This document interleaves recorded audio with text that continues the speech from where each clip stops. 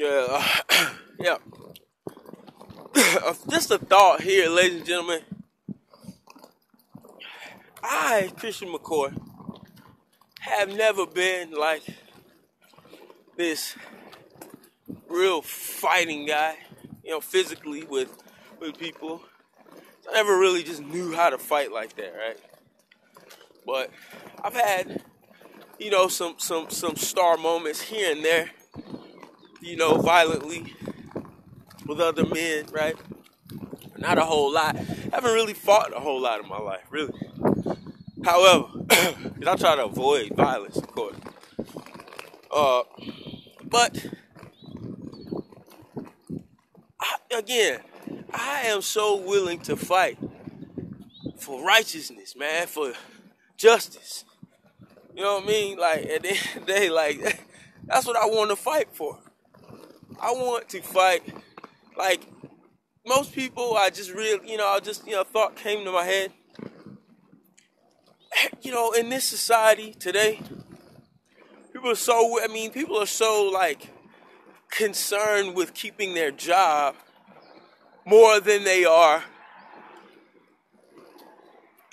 with making a meaningful difference. Like, people, like, I would rather, in any job that I have, I would like to make a meaningful difference. Even if I'm on the front lines, even if I am the one in charge. I want to make a difference that means something to people's lives. Especially when you're doing a job that provides services for others. I want to make a difference. If I'm in a position that I'm getting paid and I'm not making a difference in people's lives, what am I getting paid to do? To just go along? No. That's not Christian McCoy. And that's the distinction that I want to be made about me. I want people to know. That's all I want to do. I want to make a difference. That's my aspiration. That's my primary aspiration every day I wake up, man. Is to make a difference in people's lives, man. A meaningful difference in people's lives. And if that's not, if you're 25 and older, if you're an adult, if you're a person that has a job, you are at a point in your life that you should have been trained by your parents and conditioned mentally to set out to make a meaningful difference in people's lives. And I know that's a bit, that sort of an idea is a bit far-fetched in today's society. In today's society, man, it's almost like that sort of mentality doesn't exist. You know what I mean? That sort of mentality is like unorthodox thinking or something, man. Like, but yeah, we just want to make a difference, man. If we can make a difference in one person's life and make them better, if we can make a difference in the lives of in somebody's life, man, and they feel better about themselves, they feel, like life they feel better about life. Then that's when you've done your job. I used to work at Walmart, and I used to be like, so, man, like sometimes I would get paid peanuts working at that motherfucker, man, straight up, man. I would get paid like $7.50 an hour and shit. And, it's so weird that I got paid, I started off getting paid like $8.65 an hour, and then I moved. But I used to work on overnight at Walmart.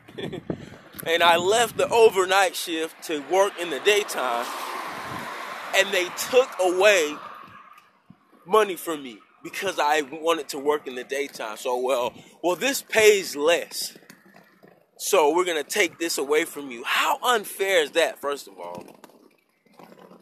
And second of all, it's like, but, I will say, in Walmart, obviously, you can meet great people. I mean, Walmart is like an embassy of just, wherever you go, of the community, wherever you go, everybody goes to Walmart, right? So, Walmart has its, positive aspects. However, but my point is here that maybe I would come in there. I would always be like so enthused about working there, really, because, I just always had this expectancy of something great happening, because I felt good about who I was every day, going to school, going there, working, going there, looking good, smelling good, feeling good every day. However, it was the people, it was the personnel there that made things, would make you have a bad attitude. And that sometimes I would have like the worst. I mean, I always had a good attitude, but sometimes I might be, every now and then, in a bad mood. I might be just weary of working there, getting paid nothing. Pretty much, that was just it, because I knew I was worth so much more. However, I may come in there with, just feeling just fed up with it. But I will speak to one person, and a conversation with that person, or saying hi to one person, and my day would just like be so much better just by saying hi to someone. Or help, pretty much like when I'm able to help someone to do something, someone asks me, oh, where is this, do you know where this is? Or do you know how much this costs? Or can you help me carry this to such and such?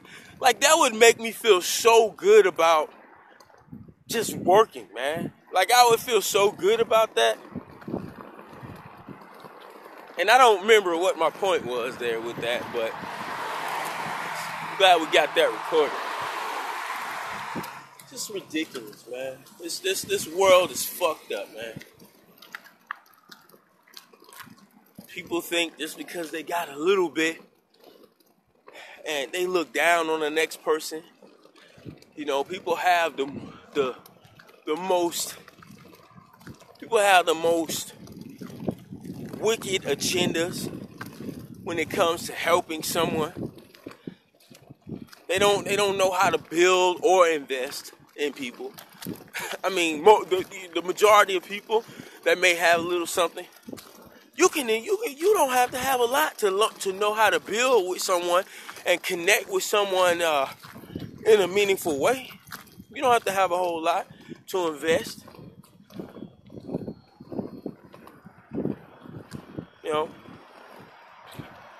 Because really, it's more than anything, the goal is to figure out a way to put intellects together.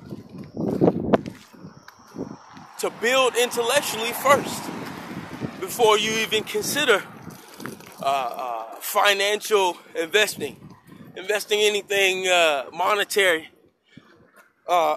in a situation. You got to know how to build intellectually first. If that's not what you're doing, then you're hustling backwards. What is your agenda?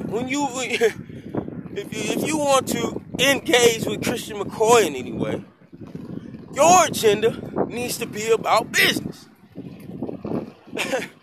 I don't care nothing about if I meet a beautiful lady right now. My primary agenda with her, I might want to connect with her and spend some time with her, but primarily, I want to establish some sort of a business understanding and establish some goals with her in a sort of entrepreneurial kind of way, because we leaders, man, we grown, we're not children, man. the problem, because I mean, it's sad that people that even are over 30 years old in this society, a lot of times don't have the mentality, man. You know, even after 30 years of living, and if you're not already, wealthy or headed, I mean, even if you have a good career, even if you have a good career in this country, I mean, we could have learned this lesson from President Bush's administration. I mean, that's what I learned. You got to have your own fucking business.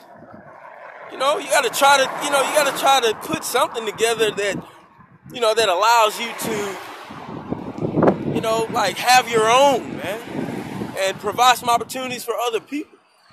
You know what I mean? You got to do that, man. That's life, man. That's life. You know what I'm saying?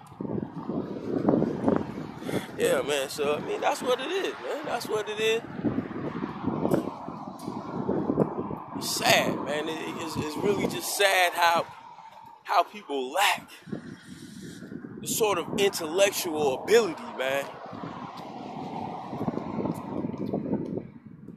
that a poor man with nothing can develop within them, help them develop. You know what I mean?